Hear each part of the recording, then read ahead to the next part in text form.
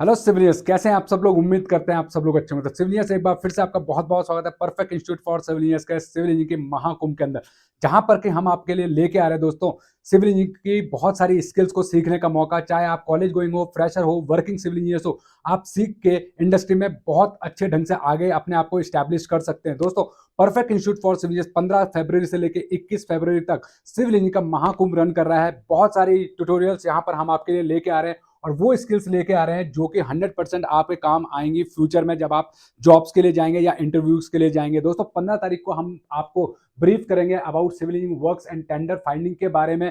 साथ में बहुत सारे अलग अलग, जैसे कि ऑनलाइन टेंडरिंग, ऑफलाइन टेंडरिंग, क्या क्या पार्ट्स होते हैं, जीसीसी क्या होता है, एसएससी क्या होता है, बहुत सारी चीजें आज आपको सीखने के लिए मिलेंगी इस ट्यूटोरियल के अंदर। साथ में दोस्तों ब्रीफ अबाउट डिजाइन के बारे में बताया जाएगा कि ड्राइंग्स कितने टाइप की होती है, कौन कौन सी ड्राइंग्स होती हैं जब आप एक कंस्ट्रक्शन वर्क करना जाते हैं। तो ब्रीफ अबाउट दोस्तों सर्वेइंग के बारे में होगा, auto level total station equipment को आप कैसे यूज करते हो कंस्ट्रक्शन इंडस्ट्री के अंदर, कैसे आप रोड, ब्रिज, हाईवे या अदर इंफ्रास्ट्रक्चर प्रोजेक्ट्स के अंदर इनको यूज करके जो है आप अपने आप को स्टैब्लिश कर सकते हो एज ए लैंड सर्वेयर के रूप में। साथ में आपको सिखाया जाएगा दोस्तों बिलिंग एस्टिमेशन के बारे में, बिल्डिंग की एस्टिमेशन, इंटीरियर फिट आउट के एस्टिमेशन के बारे में सिखाया जाएगा। बिलिंग के बारे में सिखाया जाएगा कि कॉन्ट्रैक्टर साइड से एक बिलिंग इंजीनियर किस तरह से बिल प्रिपेयर करता है, क्लाइंट साइड से बिलिंग इंजीनियर जो है किस तरह से जो है बिल सर्टिफाई करके कॉन्ट्रैक्टर को जो है पेमेंट प्रोसेस करवाता है। साथ में आपको सिखाया जाएगा प्रोजेक्ट प्लानिंग के बारे में कि आप किसी भी प्रोजेक्ट को कैसे प्लान करते हैं, कौन कौन से सॉफ्टवेयर हैं जो आप यूज करके जो है अपनी प्लानिंग को बहुत ईजी तरीके से जो है कर सकते हैं। साथ में आपको 21 फरवरी को हम लेके आएंगे live question and answer session about these topic. साथ में आपको इंटरव्यू की प्रिपरेशन भी कराई जाएगी और आपको बताया भी जाएगा कि कौन कौन से वो मोस्ट इंपॉर्टेंट क्वेश्चंस हैं जो आपसे इंटरव्यू में पूछे जा सकते हैं। तो दोस्तों, क्या आप तैयार हैं सिविल इंजीनियरिंग के महाकुंभ के लिए? तो दोस्तों, आज के टॉपिक के ऊपर चलते हैं जो कि बहुत ही इंपॉर्टेंट है।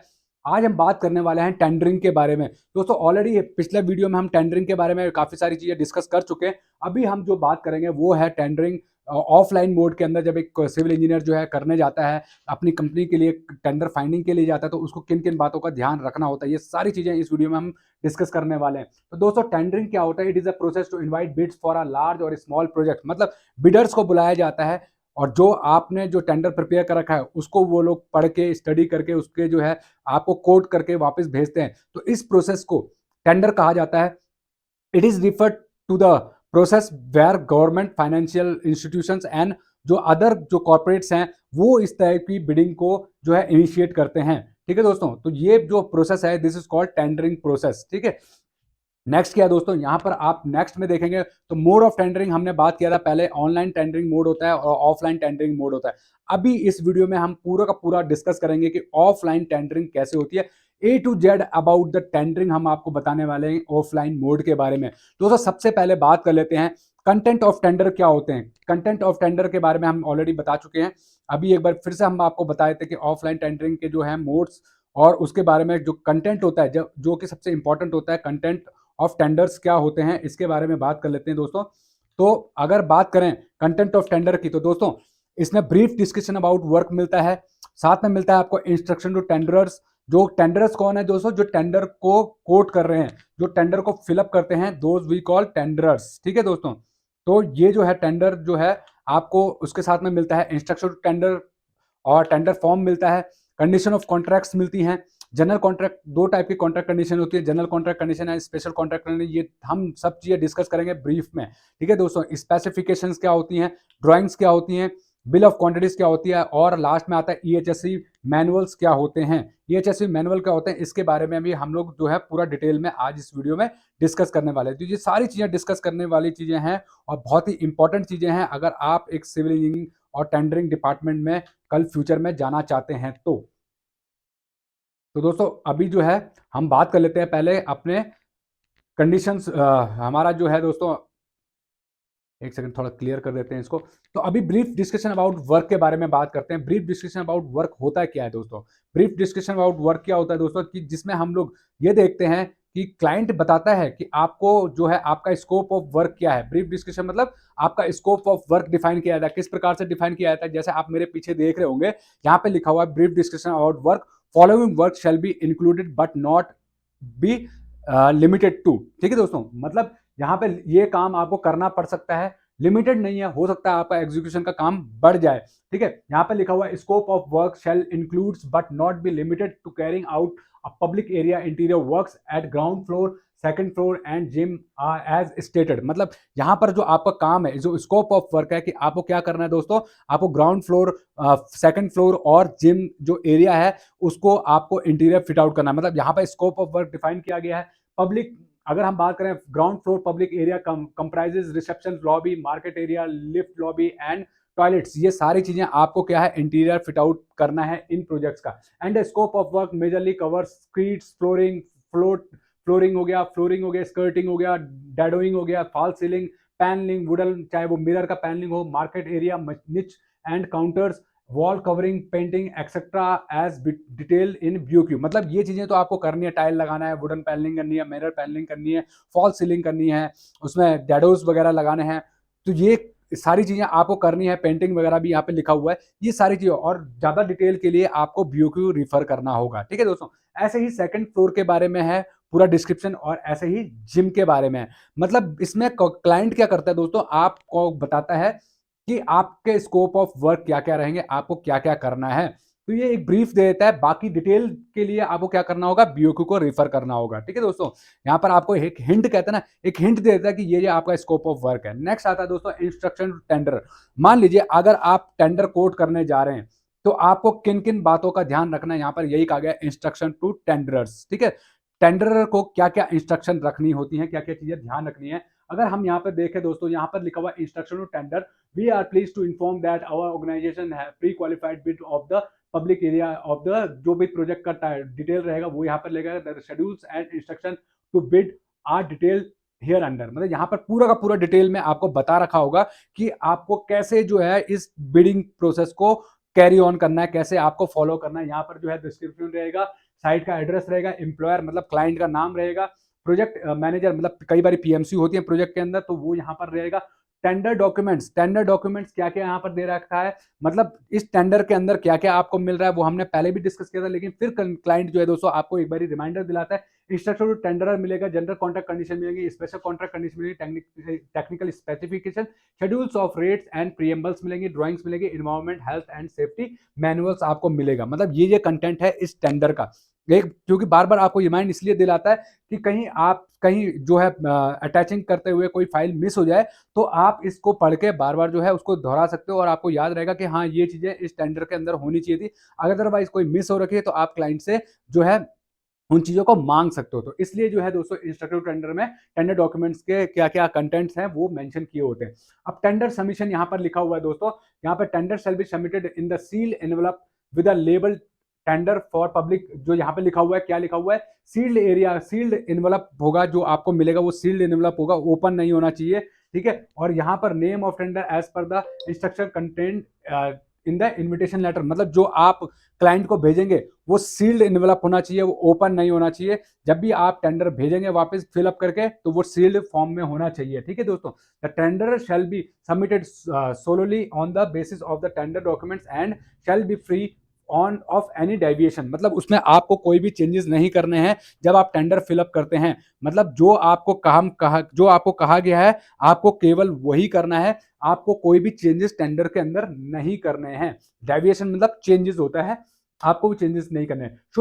Should the tender wish to submit an alternate offer to the employer for consideration, such offer shall be additional and completely separate for this tender. ठीक है दोस्तों, अगर आप दूसरा टेंडर फॉर्म भरना चाहते हैं तो आप भी भर सकते हैं, बट उसको इससे कंपेयर नहीं किया जाएगा। वो सेकंड राउंड का या सेकंड उसका एडिशनल कह सकते हैं कि एक सब कह सकते हैं कि एक अमेंडमेंट के रूप में उसको कंसिडर किया जाएगा।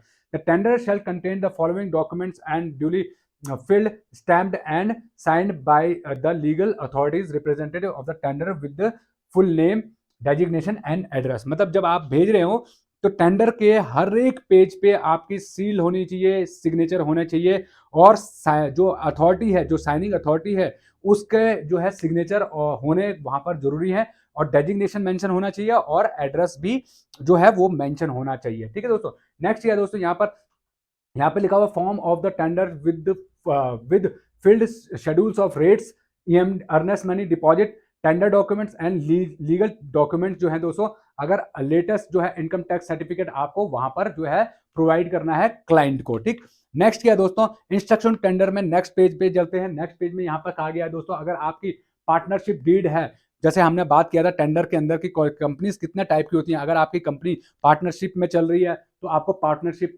जो है फॉर्म वहां पर जो है वो उसका जो पार्टनरशिप डीड है वो अटैच करनी है। Memorandum of articles of association वो आपको बनना है, कंपनी का या फर्म का जो भी आपकी है वो भरना है। Copies of labour licence, PF codes, ESIC number जो है दोस्तों वो देना है। और अगर आपका पैन कार्ड है तो कंपनी का वो पैन कार्ड नंबर भी देना है। और अटैच्ड और copy of power of attorney of the authority signature of the firm, मतलब क्या पावर अटॉर्नी आपको वहां पर जो है कंपनी का, अगर आप उस पर्टिकुलर प्रोजेक्ट के लिए आप जो है आप लीगल और आपको ऑथराइज पर्सन बनाया गया तो वो आपको वहां पर सबमिट करनी है। Who has signed all documents on the behalf of the bidder, जिसने की बिहाफ ऑफ द बिडर के रूप में वहां पर जो है साइनिंग अथॉरिटी जिसको घोषित किया गया है वो अपनी वहां पर भेजेगा। टेक्निकल डॉक्यूमेंट्स की बात करें तो टेक्निकल डॉक्यूमेंट्स में आपको क्या क्या देना है दोस्तों, लिस्ट ऑफ क्वालिफिकेशंस देनी है, टेक्निकल क्वालिफिकेशन क्या है आपकी वो भेजनी है। Propose list of make of vendor वहां पर भेजना होता है।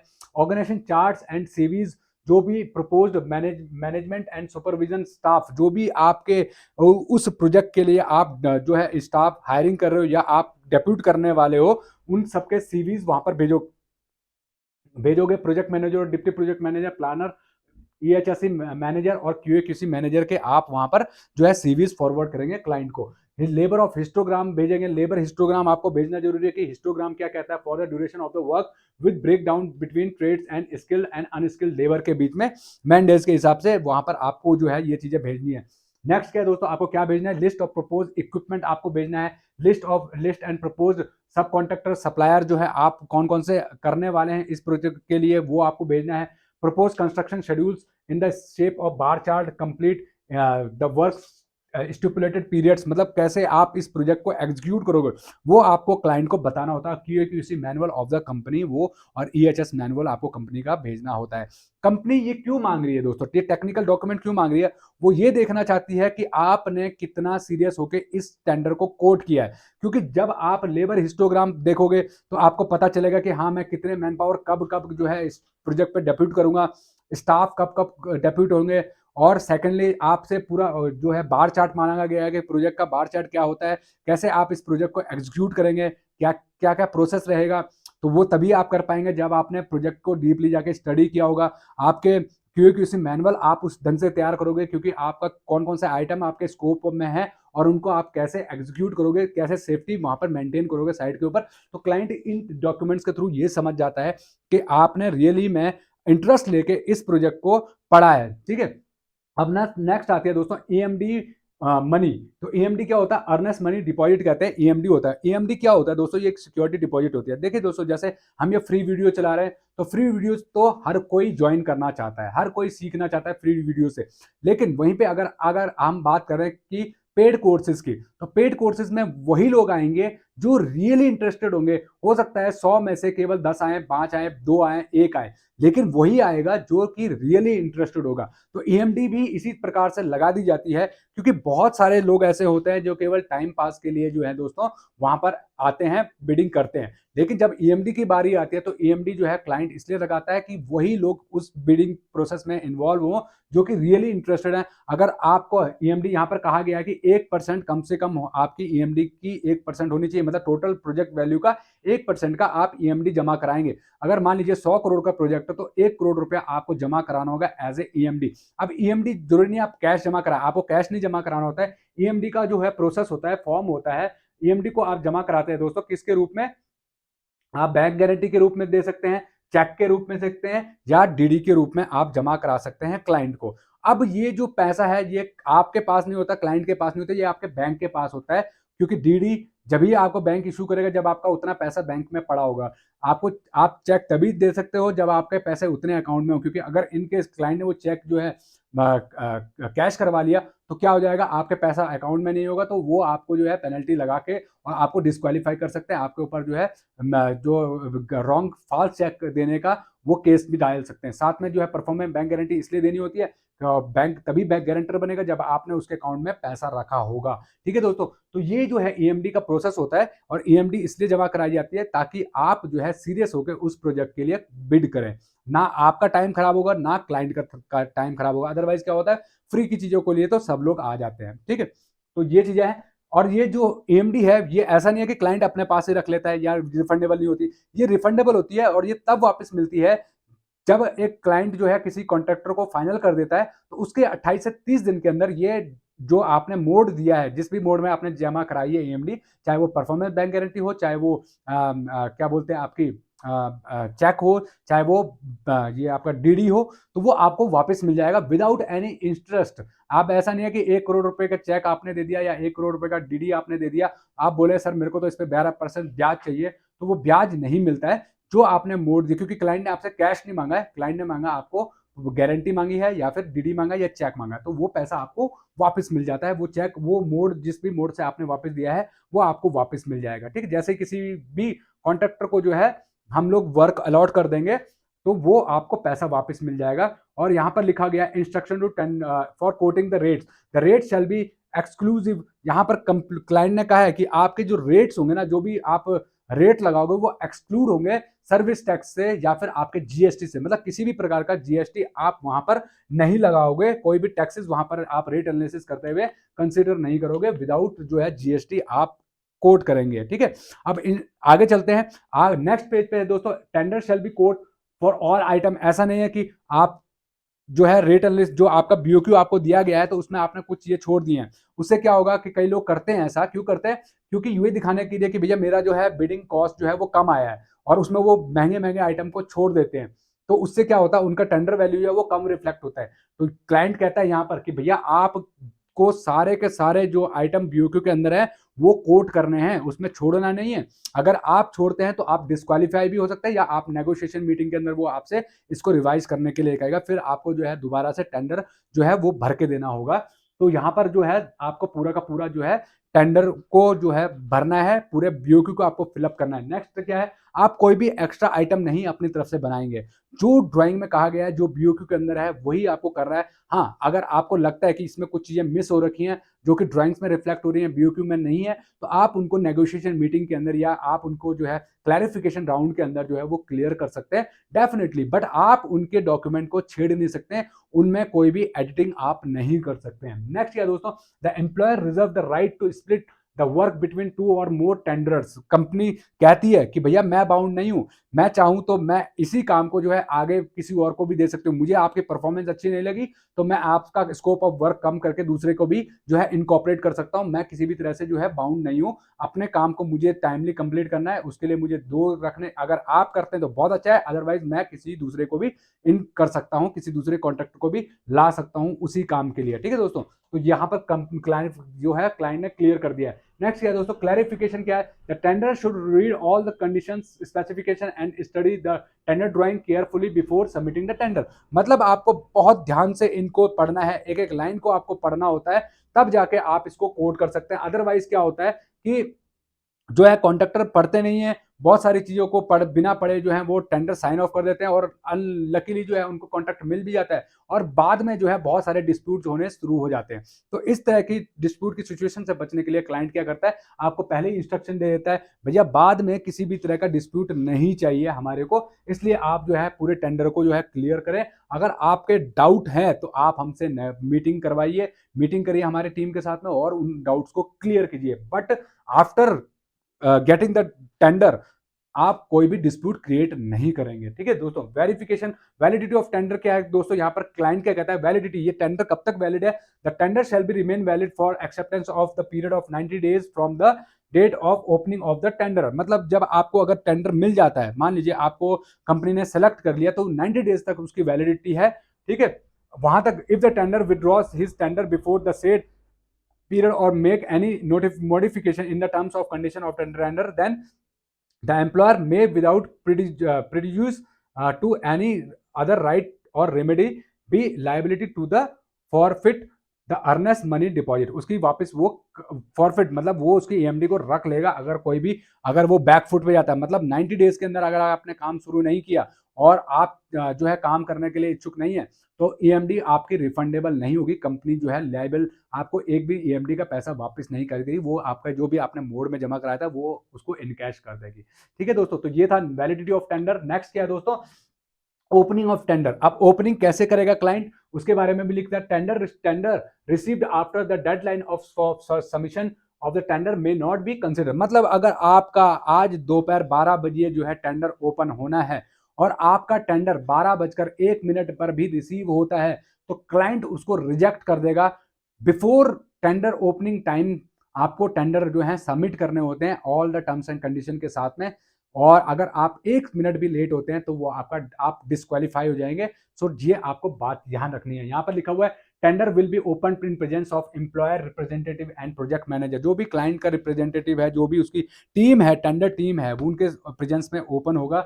और नेक्स्ट क्या दोस्तों, unsealed tender will B not consider. आपका अगर टेंडर खुला हुआ मिला, पैकेट सील्ड नहीं हुआ, तो वो भी डिस्क्वालीफाई हो जाएगा। Any tender without EMD will be rejected. आप टेंडर तो भर दिया, आपने टेंडर भेज भी दिया, बट ईएमडी का जो भी ईएमडी का जो डीडी है, गारंटी है, या फिर जो चेक है, वो अगर आपने नहीं भेजा तो वो आप डिस्क्वालीफाई हो जाएंगे।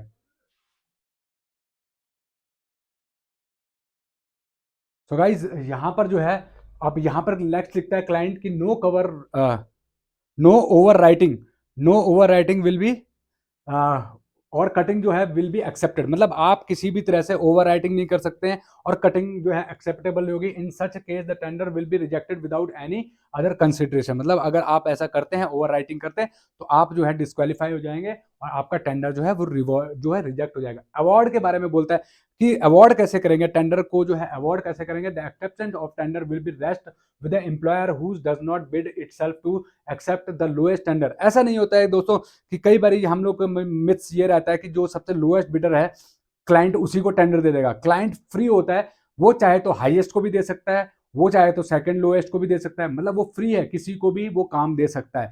बट यहाँ पर क्लियरली उसने कहा है कि आप कल की डेट में आप रिजेक्ट हो जाते हैं और आप कहते हैं कि सर जी मैं तो लोएस्ट बिडर था तो मुझे काम मिलना चाहिए था, तो क्लाइंट इससे रिजेक्ट करता है, इससे डिनाई करता है। क्लाइंट कहता है कि मेरी मर्जी है, मैं मेरा पैसा है, मेरा काम है, मैं जिसको मर्जी चाहूँ दे सकता हूँ। अगर आपको लगता है तो आप आगे जो है कंटिन्यू कीजिए प्रोसेस को, otherwise you can remove your self from the tendering process. Then if next क्या होता है, if the contractor of if the tender of the lowest bidder is found to be unbalanced or significantly lower than the estimated of the employer, the tender may be required to reduce to produce a rate analysis for the certain item। कई बार क्या होता है, आप जो है बहुत अपने आप को लोएस्ट दिखाने के लिए क्या करते हैं, आप गलत रेट कंसिडर कर लेते हैं, या आप दूसरे जो बिडर्स हैं उनके कंपैरिजन में आपका किसी पर्टिकुलर आइटम का रेट बहुत कम है, तो क्लाइंट आपको फोर्स कर सकता है कि भैया आप इसका रेट एनालिसिस मुझे दिखाओ कि आपने क्या क्या कंसिडर किया है, कैसे कंसिडर किया। क्योंकि अदरवाइज दूसरा 100 रुपये चार्ज कर रहा है, दूसरा 90 रुपये चार्ज कर रहा है, वो तो चल जाएगा, लेकिन आप सीधे ही 50 रुपये चार्ज कर रहे हो, तो that is not acceptable. You have to submit your rate analysis during the meeting. ठीक है दोस्तों। अब नेक्स्ट क्या है दोस्तों, after receipt of letter of acceptance क्या हो जाता है, जब आप क्वालिफाई कर गए, आपको टेंडर मिल गया, तो आपको एक एलओए मिलता है, लेटर ऑफ एक्सेप्टेंस मिलता है, जिसमें कि आपको करना होता है क्या, साइन ऑफ कि हाँ जी मैं ये काम करने के लिए तैयार हूँ। The tender shall submit it with performance bank guarantee with 14 days। ठीक है दोस्तों, within 14 days in case of any delay causes the tender the EMD deposit may be forfeited and LOA cancelled। मतलब क्या होता है, अगर आपने 14 दिन के अंदर, यहाँ पे क्लाइंट कह रहा है, अगर आपने 14 दिन के अंदर जो है LOA साइन ऑफ करके क्लाइंट को वापस नहीं भेजा, तो जो है आपकी EMD जो है वो आपको वापस नहीं मिलेगी, और साथ में आपको जो काम दिया गया है वो भी आपसे छीन लिया जाएगा, आप आगे उसमें प्रोसेस नहीं कर पाएंगे। Until the contractor agreement is signed no payment mobilisation advance shall be release the tender. मतलब क्या होता है कि जैसे ही आप काम स्टार्ट कर, जब आपको एलओए मिल जाता है, लेटर ऑफ अवार्ड मिल जाता है, तो आप क्या करते हैं, जो है आपको फिर मोबिलाइजेशन एडवांस देना होता है क्लाइंट को। तो क्लाइंट अगर आपको वो तभी देगा जब आप साइन ऑफ करके सारे टेंडर डॉक्यूमेंट्स उसको सबमिट करेंगे और एलओए भी उसको फॉरवर्ड करेंगे, तभी जो है मोबिलाइजेशन एडवांस वो प्रोसेस करेगा आपका। ठीक है। नेक्स्ट क्या दोस्तों, in the event of any cancellation of LOA in accordance with the clauses, the above employee shall be entitled except any other validity bid maker और अदर टेंडर। मतलब client कह रहा है कि यहाँ पर कि अगर मैं चाहूँ तो अगर आप डिस्क्वालीफाई हो गए, मतलब आपने जो है एलओए साइन ऑफ करके नहीं दी, तो मैं चाहूँ तो दूसरे कॉन्ट्रैक्टर को भी वो काम अलॉट कर सकता हूँ और आप मुझे उसमें बाउंड नहीं कर सकते कि सर मेरे को तो आपने एलओए भी भेजा था और जो है मैं ही एक कॉन्ट्रैक्टर लो है, जो मेरे को ही काम मिला था, तो आप दूसरे को क्यों सबलेट कर रहे हैं। तो क्लाइंट कहता है यहाँ पर मैं फ्री हूँ इसको हमको करने के लिए। ठीक है दोस्तों, नेक्स्ट क्या दोस्तों, अदर टर्म्स ऑफ टेंडर्स। दोस्तों बहुत सारी चीजें होती है जो कि एक कॉन्ट्रैक्टर को पता होनी चाहिए। उम्मीद कर रहा हूँ ये आपको समझ में होंगे। अब आते हैं दोस्तों जनरल कंडीशन ऑफ कॉन्ट्रैक्ट्स के बारे में। कंडीशन ऑफ कॉन्ट्रैक्ट क्या होती है, दो टाइप की कॉन्ट्रैक्ट कंडीशन होती है, हमने बात की थी जनरल कॉन्ट्रैक्ट कंडीशन और special contract condition. General contract condition क्या होती है दोस्तों, यहाँ पर जो है ये आप एक फाइल इंडेक्स में लगा रखा है। डेफिनेशन होती है, इंटरप्रिटेशन होता है, scope of scope stand intend and others क्या है आपके, वो यहाँ पे लिखा होता है। Site address, role and responsibility, type of contract, contractor resources and performance, labour regulations, safety, जहाँ पे सारी चीजें जो है इस प्रोजेक्ट के अंदर जो जो हम लोग एक्टिविटी करते हैं उन सारी चीजों के बारे में आपको बता रखा होता है। ये जनरल कॉन्ट्रैक्ट कंडीशन मतलब जनरल टर्म्स यहाँ पर कही जाती है, इनको कहा जाता है जनरल कॉन्ट्रैक्ट कंडीशन कहा जाता है। अब जो है दोस्तों ये जो चीजें हैं ये आपको हर प्रोजेक्ट में क्लाइंट जो है दोस्तों ये लीगल डिपार्टमेंट के साथ में बनाता है। टेंडर एक ऐसा डॉक्यूमेंट है जो कि एक सिविल इंजीनियर नहीं बनाता है, सिविल इंजीनियर्स कम लीगल डिपार्टमेंट के साथ में दोनों मिलकर बनाते हैं। क्योंकि अगर आपके टेंडर में एक सी भी गलती पकड़ी गई जो कि आपके फेवर में नहीं है, तो कल की डेट में कॉन्ट्रैक्टर आपको आर्बिट्रेशन में मतलब कोर्ट में घसीट सकता है। तो बहुत ही डीप में जाके एक एक वर्ड को सिलेक्ट किया जाता है during the preparation of tender. ठीक है दोस्तों, तो एक एक चीज को यहाँ पर डिफाइन भी किया जाता है कि भैया इस वर्ड का मतलब क्या है। इसीलिए ये जो है जनरल कॉन्ट्रैक्ट कंडीशन होती है। और जनरल कॉन्ट्रैक्ट कंडीशन को जो लिखा हुआ है इसमें सब कुछ होता है, डिटेल में दिया होता है, लेकिन इसको सुपरसीड कर देता है हमारा स्पेशल कॉन्ट्रैक्ट कंडीशन। यहाँ पे ब्रीफ में होता है, एक एक चीज को डिफाइन किया होता है, सारी की सारी जो टर्म्स हैं, पेमेंट कंडीशंस वगैरह सब चीजों के बारे में यहाँ पर जो है वो ब्रीफ किया होगा। यहाँ पर आप देखेंगे फोर्स ऑफ मेजरी क्या है, termination of suspension of the contractor by the employer कब कर सकता है, मतलब हर चीज के बारे में यहाँ पर आपको क्लियर किया होगा। जनरल कॉन्ट्रैक्ट कंडीशन क्या है दोस्तों, कंपनी एक बार बनाती है और उसी को जो है हर टेंडर के साथ में चिपका देती है। क्योंकि जो भी कंपनी काम करती है उसके अकॉर्डिंग अपना जनरल कॉन्ट्रैक्ट कंडीशन वो है जो प्रिपेयर करती है। ठीक है दोस्तों, इसको सुपरसीड करता है हमारा स्पेशल कॉन्ट्रैक्ट कंडीशन, इसको सुपरसीड करता है हमारा स्पेशल कॉन्ट्रैक्ट कंडीशन। अब ये जो कॉन्ट्रैक्ट कंडीशन है दोस्तों, अगर आपने नहीं पढ़ी तो आपको बहुत बड़ा नुकसान उठाना पड़ सकता है। और हर एक कंपनी का क्लाइंट इस जनरल स्पेशल कॉन्ट्रैक्ट कंडीशन को जरूर पढ़ता है, जरूर देखना चाहिए। इसको हम नेक्स्ट वीडियो में पूरा का पूरा डिस्कस करेंगे, वीडियो को भी मत स्किप कीजिएगा। इसको हम अलग से डिटेल में आपको समझाएंगे कि स्कोप जो है स्पेशल कॉन्ट्रैक्ट कंडीशन क्या है। यहाँ पे आप क्लॉजेस देख रहे होंगे, ये क्लॉजेस क्या है दोस्तों, ये क्लॉजेस सुपरसीड कर देते हैं आपके जनरल कॉन्ट्रैक्ट कंडीशन के क्लॉजेस को। यही क्लॉज आपको मिलेगा जनरल कॉन्ट्रैक्ट कंडीशन में। तो जो उसको उसके ऊपर जो स्पेशल है प्रोजेक्ट के अंदर, जो स्पेशल स्पेशलिटी है वो यहाँ पर डिफाइन की गई है। और हर एक क्लॉज के बारे में यहाँ पर लिखा हुआ है कि भैया ये जो क्लॉज है ये हमारे जनरल कॉन्ट्रैक्ट कंडीशन के इस क्लॉज को सुपरसीड कर रहा है। ठीक है, तो ये जो स्पेशल कॉन्ट्रैक्ट कंडीशन है इसको हम अलग से एक वीडियो में आपको डिफाइन करेंगे। नेक्स्ट वीडियो इसी के ऊपर रहेगा। अगर आप इसको समझना चाहते हैं तो आप हमारा नेक्स्ट वीडियो जरूर देखिएगा, बहुत डिटेल में आपको समझाने वाले हैं। और यही वो पहलू है जो कि अगर एक क्लाइंट का ऑनर, जो कॉन्ट्रैक्टर है उसका ऑनर ना देखे तो उसको नुकसान भी उठाना पड़ सकता है। कह सकते हैं कि रीढ़ की हड्डी है। इसी से आपको पता चल जाता है ये प्रोजेक्ट आपके फेवर में है या नहीं। तो जो बहुत ही इंपॉर्टेंट है किसी भी प्रोजेक्ट के लिए, और एक क्वांटिटी सर्वेयर के लिए भी बहुत इंपॉर्टेंट होता है स्पेशल कॉन्ट्रैक्ट कंडीशन को पढ़ना। तो हम इसके लिए अलग से वीडियो लाएंगे। अब आगे चलते हैं, स्पेसिफिकेशन क्या होती है दोस्तों। जैसे हम लोग कहते हैं ना लिस्ट ऑफ मेक, तो वो चीजें होती है। स्पेसिफिकेशन में क्या होता है दोस्तों कि आप जो भी मटेरियल यूज करने वाले हो, जो भी मटेरियल आप कंस्ट्रक्शन में यूज करने वाले हो, तो क्लाइंट अपना लिस्ट बता देते हैं, भैया मेरे को अगर यहाँ पर हिंजेस लगाने हैं तो किस टाइप के होंगे, सीमेंट लगाना तो कौन सा लगाएंगे। आपको मेक्स 3-4 ऑप्शन दे देते हैं, उन्हीं में से आपको सेलेक्ट करना होता है। ये नहीं कि आप अपनी मर्जी से सीमेंट यूज कर रहे हैं। ठीक है, जो क्लाइंट आपको कहता है आपको वही मटेरियल यूज करना होता है, स्टील भी वही मटेरियल, टाइल्स भी वही मेक, तो सारी चीजें क्लाइंट आपको पहले ही बताता है, भैया मुझे क्या चाहिए, मुझे किस टाइप की क्वालिटी चाहिए, मुझे किस टाइप के जो है जो मटेरियल है वो चाहिए। वो स्पेसिफिकेशन वो आपको पहले ही प्रोवाइड कर देता है। उसके अकॉर्डिंग ही आप जो है प्रोजेक्ट को एग्जीक्यूट करेंगे, उसके अकॉर्डिंग ही आप जो है बीओक्यू में रेट कोट करेंगे। उसके बाद आता है दोस्तों ड्राइंग्स। यहाँ पर क्या होता है, क्लाइंट आपको ड्राइंग्स दे देता है। इनको इन ड्राइंग्स को बोले, जो टेंडर के साथ में आपको ड्राइंग मिलती है, those we call tender drawings. ठीक है दोस्तों, टेंडर ड्राइंग की पूरी लिस्ट देता है और इसकी ऑटोकैड फाइल भी देता है और पीडीएफ फाइल भी आपको सबमिट करता है कि भैया देखो, पढ़ो, स्टडी करो पूरे टेंडर को, क्या क्या आपका स्कोप में है, क्या क्या मटेरियल लगने वाला है। और तब जो है आप अगर आपको लगता है डेविएशन है बीओक्यू में और टेंडर ड्राइंग के अंदर, तो आप उसको हाईलाइट करके और जो है नेगोशिएशन मीटिंग में या फिर आप जो है जो प्री जो मीटिंग्स होती हैं उनमें आप इनको डिस्कस करके रिजॉल्व कर सकते हो, ठीक है। तो अगर यहाँ पर पूरा का पूरा ड्राइंग्स का डिटेल रहेगा, electrical drawing, mechanical drawing, HVAC drawing, structural drawing, architectural drawing, सब चीज़ों का सेक्शन प्लान, एलिवेशन वगैरह सब चीज़ें आपको मिलेंगे। और यहाँ पर एक आपको ड्राइंग लिस्ट भी दिया जाता है और इसके अकॉर्डिंग आपको जो ड्राइंग्स का फोल्डर मिला है उसमें आपको टैली करना होता है, कोई ड्राइंग मिस तो नहीं है। तो ये पूरी की पूरी टेंडर ड्राइंग्स इनको हम लोग कहते हैं, ये आपके पास होनी चाहिए before you go for the court of tender, ठीक है। नेक्स्ट क्या होता है दोस्तों, bill of quantities. Bill of quantities क्या है कि पूरा का पूरा बीओक्यू आपको दिया जाता है, ब्लैंक बीओक्यू दिया जाता है। यहाँ पर आप देख रहे होंगे रेफरेंस नंबर है, item description, unit, quantity, rate और अमाउंट। अब ये कॉलम आपको जो है खाली दिख रहे होंगे, ये खाली क्यों दिख रहे हैं, क्योंकि ये आपको भरने हैं। आपने अपना रेट एनालिसिस करना है और उस अपना जो है कोट करने के लिए अपना अमाउंट आप फाइनल करें, तभी आपको पता चलेगा ये प्रोजेक्ट मैं 100 करोड़ का करने वाला हूँ, 200 करोड़ का करने वाला हूँ या 50 करोड़ का करने वाला हूँ। तो वो जो है ये ब्लैंक बीओक्यू आपको क्लाइंट देता है, इस बीओक्यू के अंदर आप कोई भी चेंज नहीं करेंगे, ठीक है दोस्तों।